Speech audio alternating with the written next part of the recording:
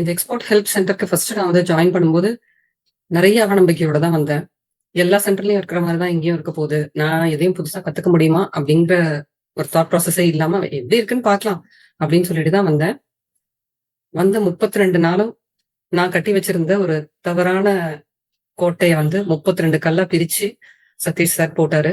First கிளாஸ்ல இருந்தே நிறைய நிறைய விஷயங்கள் ரொம்ப ப்ரொஃபஷனலா, ரொம்ப பொறுமையா, யார் எவ்வளவு கேள்வி கேட்டாலும் தயங்காம, கோபப்படாம, முகத்துல கூட ஒரு சின்ன சோர்வையோ, கோபத்தையோ எதையுமே காமிக்காம, கடைசி வரைக்கும் கிளாஸ தொய்வு இல்லாம, சின்ன சின்ன காமெடியோட நடத்தி கொண்டு போகும்போது, எவ்ரிடே கிளாஸ் வந்து அட்டெண்ட் பண்ணணும் அப்படிங்கிற வந்து அந்த தாட் ப்ராசஸ் வந்து நமக்கே வந்துருது.